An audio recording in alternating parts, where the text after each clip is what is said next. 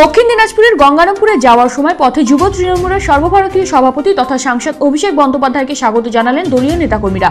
বৃহস্পতিবার শিলিগুড়ি থেকে গঙ্গারামপুরের উদ্দেশ্যে যাওয়ার পথে রায়গঞ্জ এবং ইসলামপুরে দলীয় নেতাকর্মীরা রাস্তার দুধারে দাঁড়িয়ে অভিষেক বন্দ্যোপাধ্যায়কে ফুল দিয়ে স্বাগত জানান। উল্টো দিকে দলীয় কর্মীদের উদ্দেশ্যে কখনো হাত নেড়ে আবার কখনো ভিক্টরি দেখিয়ে উৎসাহ দেন তিনি। টোটো এবং পিকআপ ভ্যানের মুখোমুখি সংঘর্ষে মৃত্যু হল দুজনের, আহত ৩। বৃহস্পতিবার ভোরে দুর্ঘটনাটি ঘটেছে চাঁচলের শামসি রাজ্য সড়কে। পুলিশ সূত্রে জানা গিয়েছে মৃত একজনের নাম ইরফান আলী, বাড়ি রতুয়া থানার রূপমারি এলাকায়। আরেকজনের নাম জানা যায়নি। জানা গিয়েছে এদিন ভোরে শামসি স্টেশন থেকে যাত্রী নিয়ে টোটোটি যাচ্ছিল।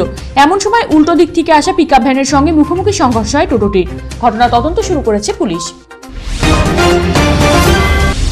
বাড়ি বাড়ি গিয়ে শীতবস্ত্র বিতরণ করলেন চাকুলিয়ার সূর্যাপুর গ্রামের বাসিন্দা তথা কিষানগঞ্জ এমজি মেডিকেল কলেজ এবং হাসপাতালের ডাক্তার সচিন প্রসাদ।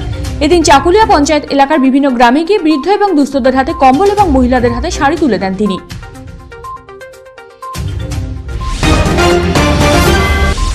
কালিয়াগঞ্জে ধনকৈল গ্রাম পঞ্চায়েতের অন্তর্গত কুলাইতর হাট এলাকার রামকৃষ্ণপুর গ্রামে অনুষ্ঠিত হল হনুমান পুজো। ৭ হাতের হনুমানের মূর্তি পুজো ঘিরে বাউল গানের আয়োজন করা হয়েছে। এই বছর এই পুজো ৯তম বর্ষে পদার্পণ করলো। পবনপুত্র হনুমানের কৃপাদৃষ্টি লাভের আশায় আনন্দে মেতেছেন গ্রামবাসীরা। শিলিগুড়ি থেকে গঙ্গারামপুরের উদ্দেশ্যে যাওয়ার পথে অভিষেক বন্দ্যোপাধ্যায়কে ইসলামপুরের তৃণমূল কার্যালয়ের সামনে ৩১ নম্বর জাতীয় সড়কে মিনিট দুয়েকের জন্য দাঁড়ানো এবং উত্তর দিনাজপুর জেলা তৃণমূল কংগ্রেস সভাপতি কানাইয়ালাল আগরওয়ালের কাছ থেকে অভ্যর্থনা গ্রহণ করার সময় রাস্তার দুধারে উৎসাহী জনতার ব্যাপক সমাগম লক্ষ্য করা যায়। অন্যদিকে এদিন রায়গঞ্জের শিলিগুড়ি মোড় এলাকাতে উত্তর দিনাজপুর জেলা যুব তৃণমূল কংগ্রেস সভাপতি গৌতম পাল সংগঠনের কর্মী সমর্থকদের নিয়ে অভিষেক বন্দ্যোপাধ্যায়কে অভ্যর্থনা জানান। ডিআরডিসির অধীন গাজল ব্লকের সহযোগিতা এবং জগদ্ধাত্রীতলা সুরভি হ্যান্ডিক্যাপ অ্যান্ড সোশ্যাল ওয়েলফেয়ার অ্যাসোসিয়েশনের পরিচালনায় স্বনির্ভর গোষ্ঠীর মহিলাদের প্রশিক্ষণ শিবির আয়োজিত হল গাজলে। গাজলের কদুবাড়ি স্বনির্ভর গোষ্ঠীর অফিসে এলাকার ৩০ জন মহিলাকে কাঁথা স্টিচের উপর প্রশিক্ষণ দেওয়া হচ্ছে।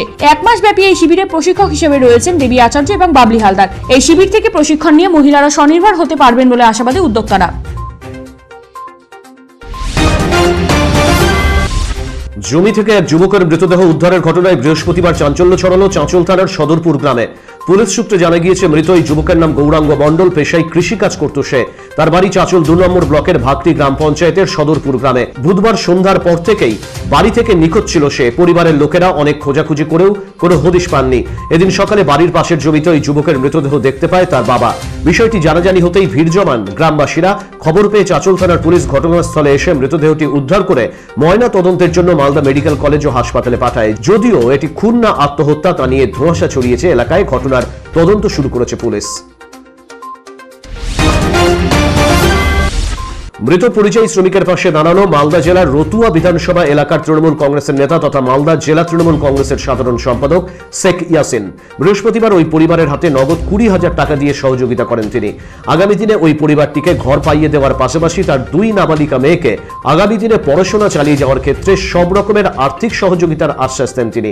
উল্লেখ্য, ভিন রাজ্যে কাজে গিয়ে করোনা আক্রান্ত হয়ে মৃত্যু হয় পরিবারের সদস্য মোশাররফ হোসেনের। এই ঘটনায় সরকারের কাছে সাহায্যের আবেদন জানিয়েছেন পরিবারের সদস্যরা। তৃণমূল সাংসদ তথা যুব তৃণমূলের সর্বভারতীয় সভাপতি অভিষেক বন্দ্যোপাধ্যায় গঙ্গারামপুর যাওয়ার পথে হেমতাবাদের তৃণমূল কংগ্রেসের কার্যালয়ের সামনে রায়গঞ্জ বালুরঘাট রাজ্য সড়কে ফুল ছিটিয়ে তাকে স্বাগত জানালেন তৃণমূলের নেতাকর্মীরা। ব্লক সভাপতি শেখর রায়, যুব তৃণমূলের ব্লক সভাপতি শাহজাহান আলী সহ অন্যান্য কর্মী সমর্থকেরা এদিনের কর্মসূচিতে উপস্থিত ছিলেন। বিশেষ চাহিদা সম্পন্ন মানুষদের স্বাস্থ্য পরীক্ষা শিবিরের আয়োজন করা হলো ইটাহারে। বৃহস্পতিবার ইটাহার ব্লক প্রশাসনের সহযোগিতায় এবং ইটাহার ব্লক স্বাস্থ্য দপ্তর ও জেলা স্বাস্থ্য দপ্তরের উদ্যোগে এই স্বাস্থ্য পরীক্ষা শিবিরের আয়োজন করা হয়।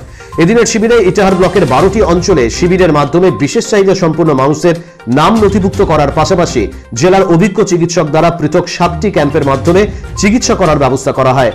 ইটাহারের বিধায়ক অমল আচার্য, ব্লক সমষ্টি উন্নয়ন আধিকারিক আবুল আলাম মাহমুদ আনসার, ব্লক স্বাস্থ্য আধিকারিক মনু গোড়া, ফেভারেট এক্কা সহ অন্যান্য বিশিষ্ট ব্যক্তিরা উপস্থিত ছিলেন। শিক্ষায় দুর্নীতি, বেকার সমস্যা, নারী নির্যাতন সহ বিভিন্ন দাবিতে রাজ্য জুড়ে আন্দোলনে নেমেছে বিজেপির ছাত্র সংগঠন এবিভিপি।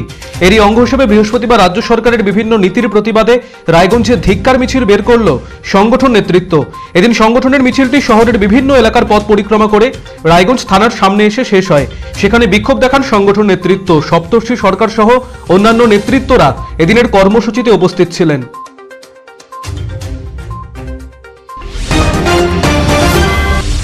লরির চাকায় পৃষ্ঠ হয়ে এক ব্যক্তির মৃত্যুকে কেন্দ্র করে উত্তপ্ত হয়ে উঠল বালুরঘাট থানার পতিরাম ফুটবল মাঠের সংলগ্ন এলাকা। ঘটনার প্রতিবাদে ঘাতক গাড়িতে আগুন জ্বালিয়ে তুমুল বিক্ষোভ দেখাতে থাকেন উত্তেজিত জনতা। ঘটনাস্থলে পুলিশ গেলে মারমুখী হয়ে ওঠে তারা। পুলিশ সূত্রে জানা গিয়েছে মৃতের নাম হরিপদ সরকার। পরিস্থিতি নিয়ন্ত্রণে আনতে পুলিশকে মৃদু লাঠিচার্জও করতে হয়, যদিও লাঠি চালানোর কথা অস্বীকার করেছে পুলিশ।